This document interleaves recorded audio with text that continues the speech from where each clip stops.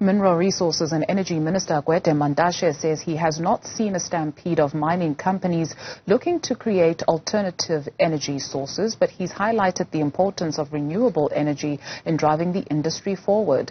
Our business reporter Ntokozo Khumalo is at the mining Indaba for 2023, and she joins us now to tell us about some of the sentiments being expressed from the mining sector, Ntokozo, and renewable energy being a buzzword there where you are. Good evening, or good afternoon rather, Dudu. Yes, indeed, renewable energy is certainly top of the agenda at the mining Indaba with delegates. That's basically what we've been hearing in the corridors.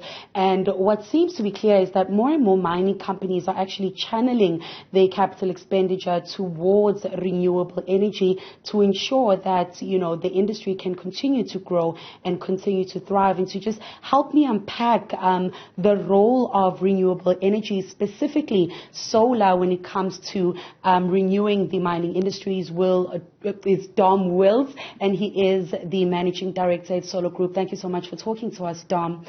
Now we're hearing at the mining Indaba, it's day one, and all the delegates seem to be talking about the just energy transition and the importance of renewable energy.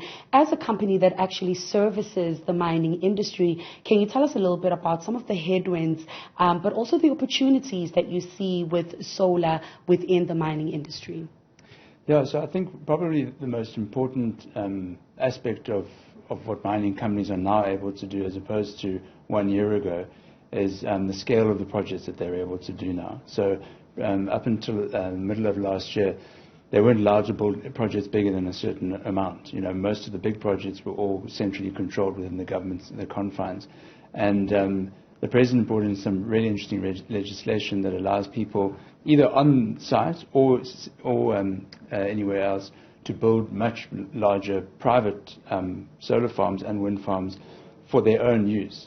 Which is quite interesting. So it's quite an exciting time now because the legislation is actually there for people to do bigger and bigger projects, make a big impact on their own energy uses or usage, and also make a difference to the country in total, because it's clear we need more electricity on our grid. And you know, looking at some of our mining clients, you know, we've got one client in particular, just to give you an idea of the scale. They use as much electricity as the whole of Namibia, just one company. So it makes sense that they also need utility scale wind, solar sort of projects, you know, for their entire consumption. And this is why everybody's getting so excited, because this is really an option that they can take use of now. Now, Dom, across the board, is the industry actually consulting with guys like yourselves who are the experts in industry, or are we finding that mining companies are just going ahead and doing their own projects without really thinking of the sustainability of those projects long term by consulting with companies that are actually within the renewable energy space? Yeah, so that's growing. You know, last year we closed a deal for a big mining house, which was sort of almost 260 megawatts of PV, and that was through a consultative process. You know, working with the client, understanding their energy needs. Obviously, there was an aspect of competition at one point to make sure that they're getting the best price, and we're seeing that happening more and more with all the mining houses. They're getting their act together, they're looking at what they need, they're looking at the right energy mix for them, they're looking at where their projects are situated, and they're looking at their options in the market. So we anticipate this year to be a year where, at quite extraordinary scale, the mining industry goes to the market to actually procure the electricity that they're looking for, and to help them to achieve their goals, not only of how much energy they need, but also the right carbon kind of content as well.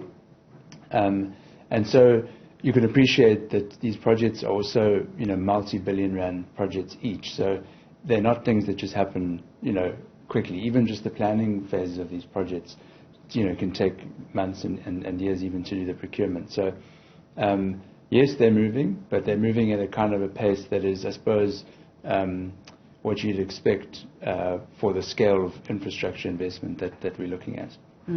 Now, Dom, one of the issues around moving to renewable energy and the just energy transition talk is exactly as you said, how long will it take? How will it look like? How will communities in those mining industries or where those mines are situated benefit from this? Can you talk us through that a little bit? Yeah.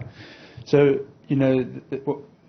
firstly, nothing new has to be invented in order for us to go from where we are now to where we need to be, where we don't have load shedding, we've got cheap electricity, where we don't have these sort of double-digit increases and so on. Okay, so wind power, solar power, it's already invented and it's at the right price range. Okay, so that's the first thing that needs to be said. So really the challenge is execution. Okay, and actually getting it all kind of done. We could be looking at a couple of R100 billion to get all of these projects online and so on. So that's the first thing. What will come later is flexible generation to back up the renewables, because they are intermittent. Sun and wind, you don't control when it happens. You have an idea, but you don't know for sure. In terms of the communities, and this is really important, is that every single project will be positioned in a community of some sort, and a lot of our good solar areas, for example, are actually in places where they're quite rural communities. So there's not traditional wealth and traditional sectors, apart from in some cases just the mining areas. So the communities do need support. They are getting support from the fact that there'll be jobs and so on produced, but in terms of long-term support, schools and that kind of thing, that must come hand in hand with all of these projects. And typically it comes as a request from the client as well. So ultimately, the company that is procuring the electricity should also say, listen, as part of what we'd like to buy, we would like you to spend a certain amount of money in the local community, putting together schools or whatever facilities that also need to be, or that whatever is lacking in terms of those communities. Dom, thank you so much for your insights. Of course, that was Dom Wills, who is the managing director at Solar Build, talking about, mining companies actually taking those steps to work with industry leaders within the renewable energy space to ensure that when that alternative energy is built, communities are not left behind, but things such as schools and creating jobs are part and parcel of taking the industry forward. Thank you very much to Ntokozo Khumalo, coming to us from the mining Indaba in Cape Town.